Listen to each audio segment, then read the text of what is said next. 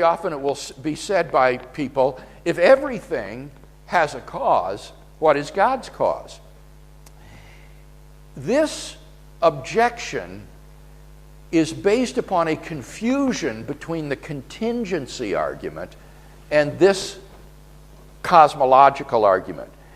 The contingency argument says everything that exists has an explanation of its existence. This argument says everything that begins to exist has a cause. And by conflating these two together, people have come up with the idea that everything that exists has a cause. And that's just a confusion. It's everything that begins to exist that has a cause. If something begins to exist, that means it comes into being. And given that out of nothing, nothing comes, that things can't pop into being from non-being, anything that begins to exist must have a cause. But God doesn't need to have a cause because he never came into being. He's an eternal reality.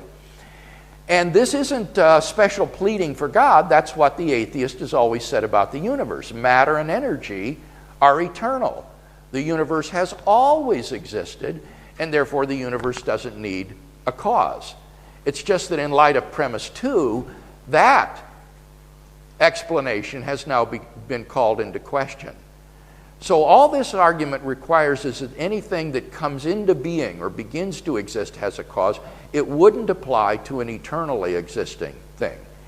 If you want to ask about eternally existing things, then go back to the contingency argument, which says that everything that exists has an explanation, either in the necessity of its own nature or in an external cause. And I think this helps to clarify again why in that first argument, the contingency argument, I differentiated between explanations and causes. God, on that first argument, does have an explanation why he exists, but he doesn't have a cause.